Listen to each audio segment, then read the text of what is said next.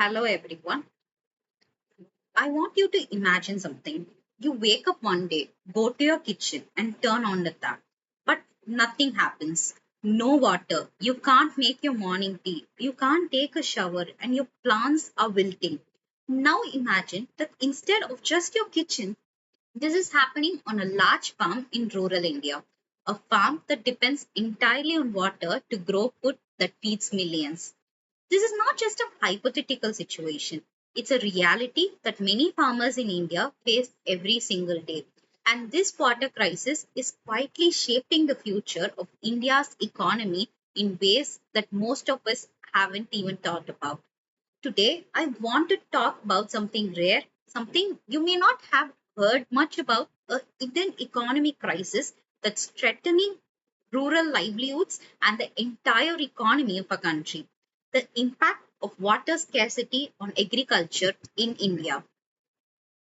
Let's start why this is such a serious issue. Agriculture is the backbone of India's economy. It employs more than 40% of our population and contributes nearly 18% of our GDP. But here's a shocking fact. About 80% of India's fresh water is used for agriculture. And yet we are running out of water. Most farmers in India depend on the monsoon rains to irrigate their fields. If the rains are delayed or insufficient, the crops fail. And when the crops fail, everything else falls apart. Farmers fall into debt, rural income drops, and millions of people who depend on agriculture lose their jobs. But that's not where it ends. This water crisis doesn't just affect farmers, it affects all of us. Let me explain how. When agriculture production drops because of water shortages, food prices start to rise. Suddenly, the vegetables and grains in your local market cost twice as much as they used to.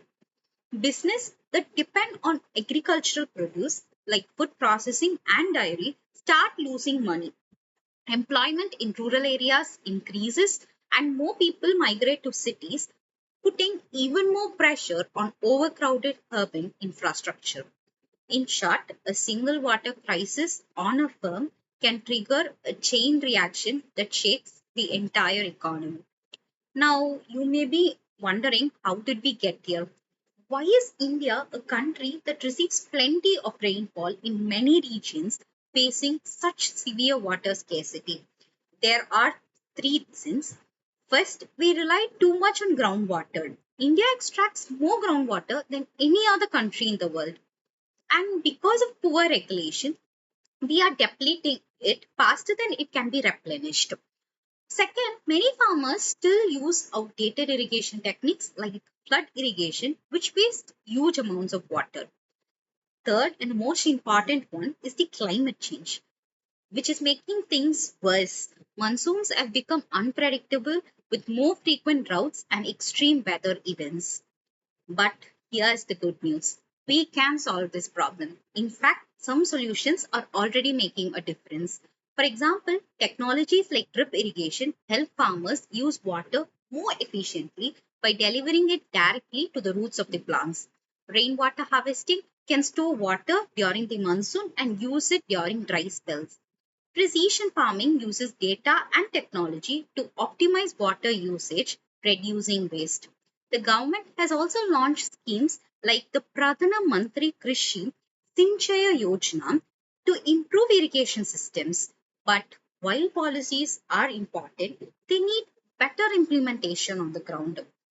And this is where we are, as citizens, can help by raising awareness, supporting sustainable practices, and pushing for stronger action on water management. So, why should you care about this issue? Because water scarcity is not just a rural problem, it's a national economic problem. If we don't act now, we risk pushing millions of farmers deeper into poverty, driving up food prices, and destabilizing our economy. But if we invest in sustainable water management today, we can secure a better, more prosperous future for everyone. As Benjamin Franklin once said, when the well is dry, we know the worth of water. Let's not wait for that day to come. Let's act now to save water, to save our farmers, to save our economy. Thank you.